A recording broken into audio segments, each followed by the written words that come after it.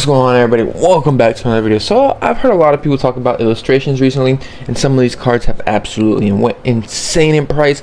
Like, it's kind of crazy what's going on right now, absolutely wild. But I kind of want to take a step back real quick, and are the valuations for some of these cards actually the real reason that it's kind of going on? The main card I kind of want to go after is the Drowsy. The Drowsy is kind of one of the bigger cards people are talking about right now, and that has gone up so far and so fast in price. So let's kind of talk about it a little bit, but I kind of want to take a step back a little bit because I feel like personally this was going to happen. I feel like this was kind of bound to happen. Like I said, you can always look back and look at it, but I think this was bound to happen eventually. Why do I say that? Well, we were kind of getting some other indicators from different sets. If we look, guess what?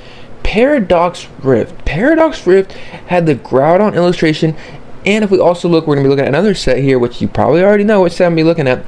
Well, this Paradox Rift was one of the bigger sets that I feel like was kind of known about, that had an illustration rare at the top card of the set, worth the most value and everything like that, and kind of going for the set. Because before that, after that, I mean, mostly through the whole Scarlet and Violet era, we typically do have SARs that have been the top chases of the set and have the most valuation. But it seems like with the start of Paradox Rift, but and also another set, don't worry, we'll get to Paldean Evolve 2 here in a little bit. Would you get to Paldean Evolve 2? But Paradox Rift, I feel like, is really kind of where it started in the very beginning. I think Groudon was the first kind of card to kind of I think it was kind of a match between the Paradox between the Magikarp and the Groudon, but the Groudon was one of the ones. The Groudon and the Magikarp kind of go hand in hand, in my opinion.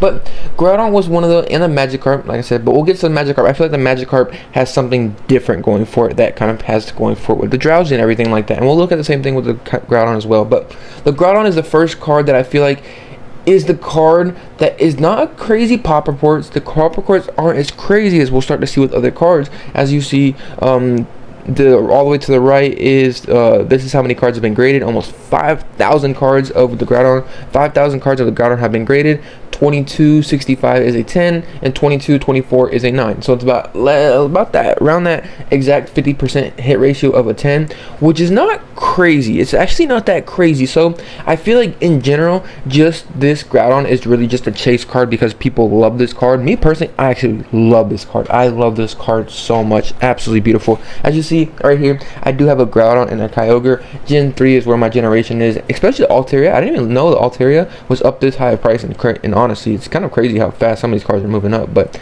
that's just the market we're looking at. You know what I mean? Like that, you turn around, the cards are going up like crazy, so you know what I mean, like that. But the Groudon, I feel like, is the actual only kind of illustration rare card that had going for it that was actually a good card in this set and had nothing to do with pop reports, but was actually a real big chase card just because of the card itself and nothing external factors that had to do with it. It was just a beautiful card. People love to chase this card and everything like that. So I feel like this is kind of where it kind of started at, in my opinion. But we can also go to the Magikarp. The Magikarp is really kind of where I want to focus here a little bit too. Like I said, Groudon is more just a top chase card just because it's just people love the Groudon. The Magikarp has a whole different story to it, and if we start to look at the beginning of Scarlet and Violet era, it's kind of the same thing with a lot of these other cards as well too. Meryl and a couple other cards in this set, and the Baxcalibur. Once we start to look at a couple things, you'll see why these cards are actually going crazy in price here. But guess what? Well, if you know what, well, the Magikarp is selling for $250. It's something that you do, if you do not know, the Magikarp, you're probably wondering, why is this card? It's just an illustration rare. It's $250. Why is it selling for this much? Well, if you don't know, the Magikarp illustration rare from Paldean Evolve PSA 10s are selling for $1,600, $1,500, $1,500, $1,500. Look what these are selling for consistently, around that $1,500 to $1,600 mark. You're like, wait, what? An illustration rare? Why is this card selling for so much? Well, this is where we're going to start to get into some kind of interesting details that a lot of people are kind of going off of here, and why some of this makes sense to me. Why these cards, some of these cards are actually harder to grade. Some of these cards are actually higher in price, and they're kind of standing out from a lot of the other cards. Well, okay, we look at it. The Magikarp illustration rare pop reports, PSA 10 pop reports on PSA. If we go to look at it, guess how many cards? There's almost been 10,000 cards graded so far, and look how many cards are 10. This is the 10 column, almost 1,950 cards. That means only a 20% of a percentage rate to get a PSA 10 card. There is 1,959 PSA 10s, there's 5,251 PSA 9s of the Magikarp. So it's a lot harder to grade these cards. So that is why this card is starting to sell for this crazy price, or why it has been selling for this crazy price, is because the pop reports on the PSA 10s are really harder to hit. Well, that's going to bring me into the next card we're going to be talking about, is the Drowsy. The Drowsy is, guess what? It is a good card. I like the card personally. It's a beautiful card, don't get me wrong, but I don't feel like it's not the same factor that the Groudon has going for it. It's not just a beautiful card. People love the Groudon. No, it doesn't. But it has that same factor that the Magikarp happens. Well, what am I talking about here? Well, if we go to the Drowsy, the PSA 10 is selling for $800, $950, $869, $840 consistently. You see these right here, some of these Drowsy cards that are selling for PSA 10 potentials. This is kind of crazy. I don't understand this now. This is where I'm kind of scared at when people do this. $520.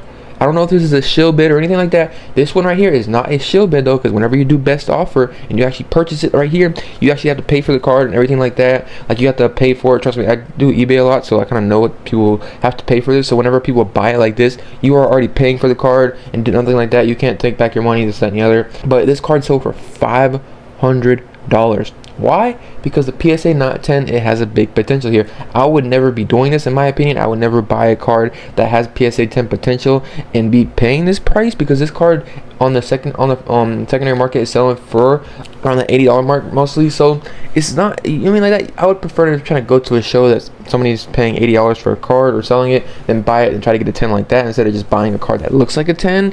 I wouldn't be making that risk, because you never know how the graders feel that day and everything like that. I wouldn't be doing that personally, but that's an off-topic kind of thing like that. But what I really wanted to get to here is, if we get to the Drowsy PSA pop reports, guess what?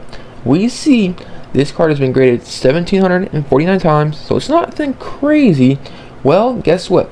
This card has 356 10s and 1,041 9s. So this is about a 30% hit ratio on a 10, which is kind of about where that Magikarp is. Magikarp seems like it is kind of harder to grow.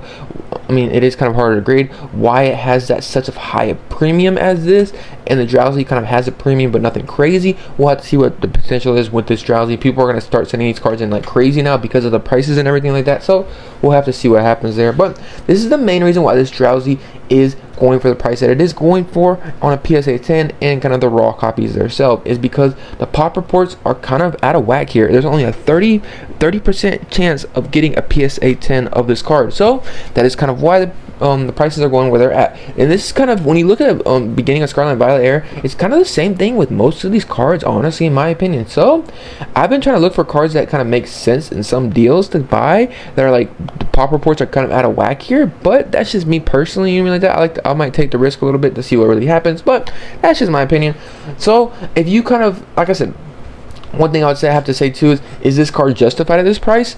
Well, I think so, but at the same time, I'll be very careful, because we'll have to see this. I could definitely see this card getting a little bit of a pullback, but I feel like this card is going to be kind of worth where it's at right now. I think this card will kind of stay, the Drowsy will stay where it's at. This is an absolute beautiful card, and like I said, we've had other eras that these cards, illustration rares, are the top chase cards of the set for different reasons, of course, but they are the top chase cards of the set. And this is, I feel like, a big factor that a lot of people have not played into Scarlet and Violet era in general, is the illustration rares. The illustration rares are absolutely gorgeous. There's a lot of really, really good illustrations. I feel like people are actually kind of starting to come around to some of these illustrations.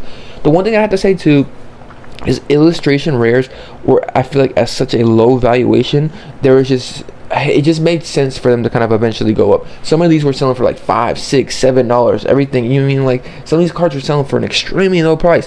Do I feel like a lot of these have kind of shot up to a kind of crazy price? Yes, I think so. We'll have to see if some of these can stay this price, but I feel like at the same time, there is going to be, I feel like, a higher valuation on illustration rares now, what is kind of justified now, in my opinion, because like I said, early in the Scarlet and Violet era, we've kind of seen signs that this was going to happen. We've seen the Groudon, it was up going like crazy. We've seen the Magikarp, it was going up like crazy. Like I said, there's different reasonings for both of these, but just kind of want to talk about this a little bit. I would love to hear y'all's opinions. Do you think these card prices are actually justified or not? But hope you enjoyed the video. See you on the next one.